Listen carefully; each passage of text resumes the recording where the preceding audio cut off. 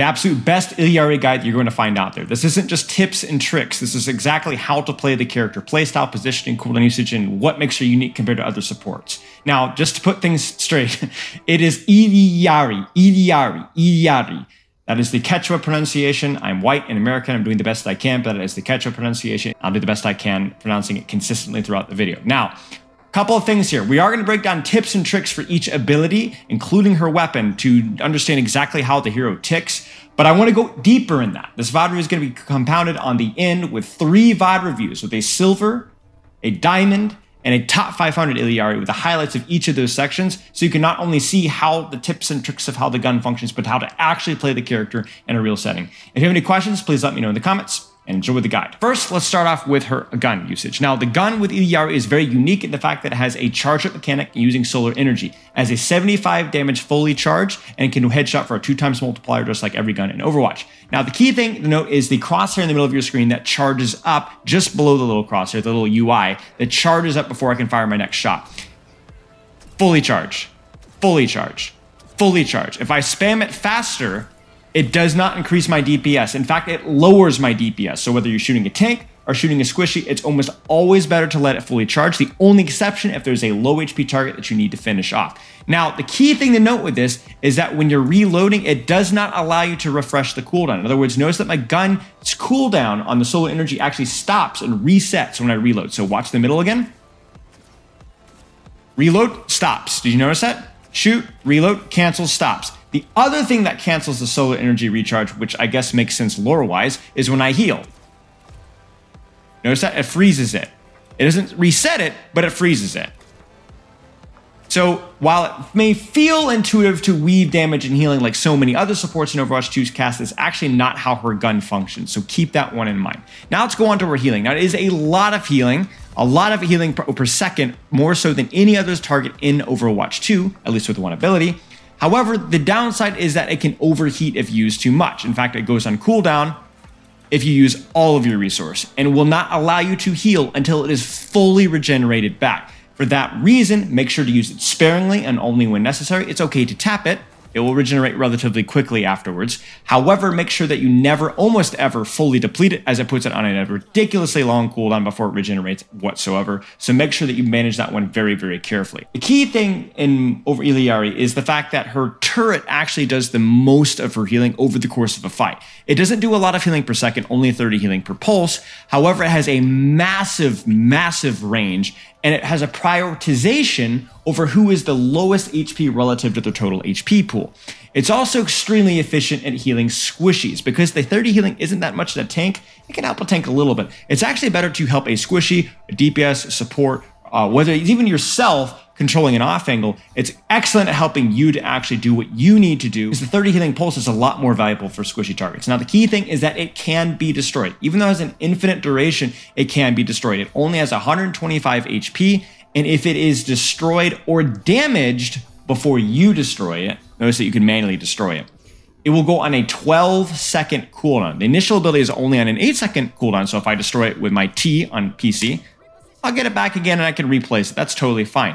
I can also place it, wait for the full 8-second cooldown, and then replace a different one without actually destroying the first one. In other words, I go, I don't like that there. Let's put that there. I don't even need to destroy it. It's there. But if it gets shot, if it's put in combat of sorts, or is destroyed, it gets put on a 12-second cooldown. So the key thing with Illari is always moving that turret, not letting it destroyed. As you're moving around the battlefield, and trust me, when you're playing this character, you're going to be moving a lot. The turret needs to move with you, and crucially, to cover. If it is shot, if it is destroyed by AoE damage, maybe not a lot you can do about that. But if anyone is able to find an angle just through main, or if you just put the turret out in the open, or worse, on the floor, it's way too easy to destroy. And not only does it get destroyed, which is bad, but you're not going to be able to replace it soon enough as if you'd put it behind cover. So one of the biggest things to do with Illari is put it behind cover. You must manage properly, otherwise you're going to have a hard time with this character. Now, the last thing is her Outburst ability, which is her shift on PC. And it's a bit of a weird mobility. There's a lot of little micro and details. This video is not about the micro and details. It's mostly just about how you actually use the ability. The number one thing is just to position yourself into high ground or off angles, or to move around the map a little bit quicker. I like to use this to to take a little bit of high grounds. It doesn't quite have as much verticality as, say, Baptiste Exo Boots, but you can absolutely use it to move around the map, to get to better positions, better off angles for this character, and to get to high ground and so on. The other use of the ability is if you are being pushed, you can knock back close range characters, Winston's, Tracers, Reapers, and so on. And then the other way to use it is that, like, let's say you're taking a duel with a DPS or a support on the enemy team, and you start to lose that duel, you're a little bit far from cover, you can outburst back to cover a little bit faster. Just keep in mind that you need to be careful about using this ability in the open because it's a jump. It does put you in a predictable movement arc where during that movement, you're a little bit slow to track. So you have a big burst of movement, but you need to be behind cover by the second half of that movement is finishing. That's pretty much all I have for her abilities. If you have any other tips and tricks that you'd like to point out, let them in the comments. Last thing we'll talk about, and maybe the most important thing to talk about in terms of playstyle, is her ultimate. It's one of those ultimates that you've seen on Twitter, Noob Hunter, YouTube videos, and you get these crazy 5Ks, everyone's popping off how broken the support is. But have you ever played Illari and gone like, I don't get this ultimate? Well, you're not the only one. In fact, even Overwatch League professionals, the best players in the world, struggle with this ultimate. You see, the problem with the ultimate is that not only does it require an initial landing, even with an AoE splash that could be blocked by matrixes, it could be blocked by shields, it could just be LOS'd behind cover. The other problem is that it also exposes you in a very, very open fashion. It's not like Sigma Flux. You're not a tank that can take that level of beating. It's not like Mercy Valkyrie where you have free flight, but you have your healing per second. You're just totally naked and exposed. And that's what makes this ultimate so hard to use. Now, keep in mind, they need to take 90 damage before that 120 damage Sunstruck burst actually kicks in. So how do you use this ultimate? Well, the way I like to use this ultimate is there's two different ways. One, you can use it to secure kills in the mid-fight. In other words, as the fight devolves, things get a little bit messy, people forget, maybe shields are broken, matrixes are down, people get a little bit sloppy with their positioning. You're gonna have an easier time actually hitting the ultimate as things start to devolve. Now, the other way to use it, if you're not finding those opportunities mid-fight and you feel like you need to use it as an opener, is, well, there's really two ways to use it. Early fight, you're going to use it as a 1v1 secure tool. In other words, if I fight off versus something like a Cassidy or a Hanzo getting close to me, a Zenyatta, I want to win a duel, maybe I want to push aggressively on a flank, one kill is good enough with this ultimate. And if you really are down bad and having a really hard time with this ultimate, and this one's going to be a little bit controversial, but sometimes this one is okay. It is okay to use this as a zoning tool. When the fight actually starts, the tanks are training, DPS are fighting, if you use this ultimate and everybody runs like rats and hide, or maybe you hit the backline and they all hide behind a wall and you can't shoot them, their tank is exposed now. Their tank is not receiving healing. Those supports and those damage, whoever got hit by the Captain Sun is not actually engaged in the fight. So if you time it properly when the enemy tank or the enemy DPS have engaged and you use it to zone people, make them hide, you're actually taking a 5v3 or 5v4 or even a 5v2, and that's something that your team should be able to clean up. That's a little bit more indirect value. It doesn't feel as good. It's not going to get you a huge Twitter clip, but it's going to help you to win the fight. So keep that in mind. This ultimate is at best inconsistent and at worst rather poor when it comes to value, but make sure that you're using it at least to secure solo kills, worst case scenario to zone, or if you want to mid-fight to clean up already messy fights, and you'll have a much better success rate with it. Now, all that being said, that's all I really have for the playstyle, at least the very basics. We're gonna go to some VOD review and talk specifically about how to position with this character, because it's definitely unique when it comes to support characters. And Overwatch 2 support characters have to take a lot more ownership of putting out damage on their own, putting pressure on the enemy team directly instead of just healing their team. And so we're going to talk about that dynamic and aggressive playstyle of Illari. I don't care if your mechanics are great. Practicing this character is going to get you the mechanics that you've always wanted. And even if your mechanics aren't perfect, this character can still be relatively effective in the right hands. Let's get to the reviews. If I hear soldier on the flank, are you thinking what I'm thinking? You know what I'm saying? Yes. If you have your turret available, and obviously it's going right now, but see how you can replace it in the bottom right there? I think you go look for this guy. I think you take the 1v1. I mean, you are one of the better 1v1 characters in the game as long as it's not a tank. Okay. So I hear soldier, and you know that soldier's there. Don't be like, oh no, hope soldier doesn't kill my team. You know how to make sure soldier doesn't kill your team? Kill him first. Kill the soldier. Now, is this team turret okay? Yes, no. A team turret here, maybe a little bit better. Why? What would it do? Because at least there's some cover there. Right, and also it's going to get, like, multiply the targets that you're getting with it, right? 2 squishies. You got me? So that's why maybe I don't put it out immediately. I want to kind of check to see where people are first, right? Okay. But it's definitely going to get two people. But I'm going to go beyond that. I'm going to transcend that dimension and go into the selfish turret thing. Where could you play right now that might need a turret? Maybe like that one Widow Peak spot, like just above my name tag, and then stick it on the billboard. Right here? Absolutely. That's the spot. Yeah. Put it here. You could even put it right back here. on that But you deck. see how this aggressive angle has cover, has a mini health pack, and you might need turret if you go here. Mm-hmm. So this is one of those situations where I'm like, okay, yeah, is your Sigma going to get healing from this turret? I mean, yeah. But would you do more as a support playing here? Yeah. Am I scared about you playing here without your turret? Yeah, honestly. Now, what do you think about this angle?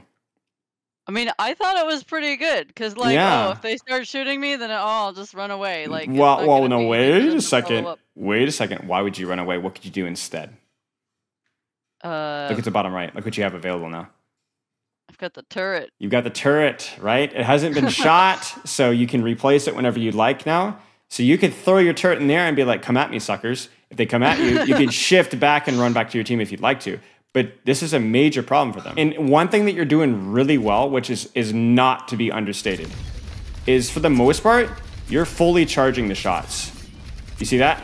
Mm-hmm. That's a very important habit to get into. And it either seems like you're doing it on purpose or you've already built the habit. I don't know which one it is. I don't know. I used to play a lot of Guitar Hero. It just seems like a rhythm thing. So who knows? Yeah, maybe it is. Right now, I like this rollout. But then if I see like my Sigma with me here, I wouldn't be here. Okay. Like, really, truly. Where should you be right now, right? Well, I mean, since my Sig is here, I could be like on the right side around the point. Where else could you be? On the left, like near the, I think it's Omega. Yeah. You look at their composition, right? Are you going to get punished for holding this angle or even holding this angle here? No, like I could be there, and I mean, if they push me too hard, I have the jump. Yep, and you'll have your pylon set up too, right? So yeah, you're good to go. I would probably prefer right, just because the sightlines are a little bit better. I like leaning into my poke a little bit more. Her mobility is kind of like, I would even shift out here, drop my pylon right here, start plunking away, right? Get the opportunity, maybe even shift out this way, drop my pylon here, start plunking away. Like, you have to understand, with your turret, and at like medium to long range, you're maybe the best 1v1 character in the entire game. Yeah. I think the big thing is that I always feel like I need to either be with my tank or have my turret near him. Right. It's you are we talk about Kiriko, right? Like, Kiriko back in the day could heal bot tank, but it would not be optimal. Yeah. It's the same thing with you. Your support is the fact that you don't demand support. You see what I'm saying? If a Widowmaker were to hold an angle here, or Genji to hold an angle here, that would be very helpful for your team, right? But what happens if they get shot? Be very problematic for them. It would be very problematic. They'd need to basically run to the mini on behind. So they would take attention and resource, and you'd have to look over. Yeah. But you don't. You're like, you know what, Anna? You just take care of those guys. I will take care of myself. Don't worry about me. And that's what makes the character really, really strong. Is she's self-sufficient. So that in of itself is a support. Because like you see right now, it's like, what is your contribution right now? Right? Nothing. It's nothing, right? Shit. Yeah. Yeah. Like at this point, I was like, shit, I should shoot the DPSs instead of trying to shoot Ryan. But right. You have the right idea, but you're doing yourself no favors with setting up, right? And that's the problem. Is you can watch my videos and stocks and have all these ideas of like how to play the character, but if you don't position properly, it feels awful to do it, right? Now I want to point out one little mechanical thing here. Yeah. This is what I would call not necessarily poor mechanics, but poor mentality. Yeah. You're panicking. I can see it. You need to relax. If you are not confident, like actually setting your crosshair, lining up your shot, and flicking, you're going to have a terrible time, which is what makes this character so good for you, right? Because this is going to be a really good skill for you to practice. So all you need to do here is miss every shot, but take a deep breath. Take a deep breath. Okay. Take a deep breath. Take a deep breath. Now, what I will say is your tempo of your shots was perfect. Fully charged every time. That's hard to do. That's impressive. But what do you think about your positioning now? Well, I'm still with my Ryan. Is that a problem? Not really, because like their Ryan is not really pushing us. Your positioning would be a problem if your Genji was with your Ryan. and your Ana was with you. Yeah. So now you're the tank healer, and your Ana and Genji are like the off angle, right? Yeah. That's fine. Really want like the two pincer approach here, right? So this is fine. Yeah. If your Ryan pushes here, you can support him a little bit healing wise, but mostly just shoot him in the back, right? Yeah. Fine. It's good. How self-sufficient is your tank line / support line? How aggressively, how selfishly can you play? I can play pretty selfishly. Baptiste has pretty good survival. My Zarya should be able to bubble herself mostly to keep herself alive. You are the best 1v1 character in the game. With an asterisk around Pylon, right? But you're one of the weaker 1v1 characters versus this role. Yeah, the tank role. Yeah, I don't do much against them. Right. I can drill a couple of Junker Queens, but that's about it. Yeah. Pretty much. So, like, make an angle, deepen an angle. This fight lost, probably. Is this clutchable if you take this angle? Maybe. But this is not clutchable here. Yeah. You're gonna see a tank, die to tank, if not have to right. So no, like there's in no way, shape, or form is like looking to put more pressure on the tank, like the play. Where should your positioning kind of be leaning towards sooner rather than later? There's options here, right? It's not like one position. So I could take that top high ground right over there to help fire onto that mega. You got me? This looks good. This looks good. Where else? I could take the top left as well. Also help control it. I could help my Sojourn. So my Sojourn and I can both use the Pylon. And then I guess that far left side. Yeah, that far that you mentioned. Now the real question is are you going to use any of these? You see the problem here, right? You see the problem? Yeah. You're on main. You're not leveraging the mobility that you have. You're not controlling an angle. And the problem with being on main is like everybody and their mother is hiding from people on main on the enemy team. Everybody is. Yeah. So by you being here, your options to shoot anything but tree are super limited, right? Super limited, right? You get a quick body shot and Lucy, and that's pretty much it. You need to open an angle here. Or you need to support an angle, or you need to take it an even deeper angle, right? Those are your options here. There is no other option. Because you see what this is, and this just feels terrible.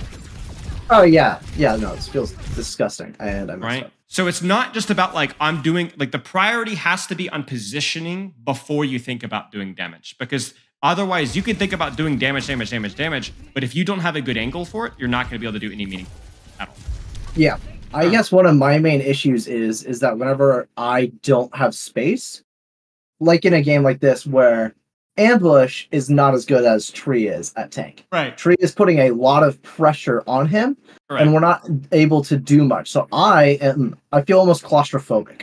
Yes. Right? And in situations like that, I sort of kind of just break. I don't know what to do. And that's in crucial. Normal situations, I know, hey, take this off angle. Hey, go over here. Hey, do this. Hey, do that. But it's almost like whenever I start feeling claustrophobic, I just start breaking down, and I start shooting the tree. Your job as a support is to control space and create space. And the way that you create and control space with this character is not by healing your tank. Most of the time. It's by taking your own angle, winning duels, forcing resources, causing distractions. And so when you say, like, I feel like I'm choked out, I don't know, like, I get a lot of space, I tend to panic, maybe part of that is psychological. But maybe part of that is just understanding that your responsibility is to create that space, not just your tank. It's your job. Yeah. You know? Yeah, your sounds good. Take that angle. Yeah, so I'm used to, I would say, I guess I still have a lot of Overwatch 1 brain. Sure. Where it's like, okay, your tanks start pushing out, and I help them take space. Yes. I guess is sort of kind of how I'm used to it, where it's like, rather than me taking an off angle and taking that space myself, I'm more used to, hey, my tank starts pushing out, I'm really helping them apply that pressure. Helping shoot the enemy so that way they are scared and they start running, rather than being able to do it myself. Exactly. The thing is I said with the previous Illari session is I said, you're a support just by the nature of the fact that you don't need support in creating space. In other words, when you take an angle here with Pylon, the fact that you're not a dead weight that your DPS support or tank have to assist because you're so self-sufficient is what takes pressure off of your team. You're not only doing pressure, you don't need anything from your Ana to help you do this. You just do it by yourself. You rely on your Pylon and you create space by yourself. That in of itself is huge. like you said, being self-sufficient and creating space at this, not necessarily by supporting your tank, but by creating space yourself, right?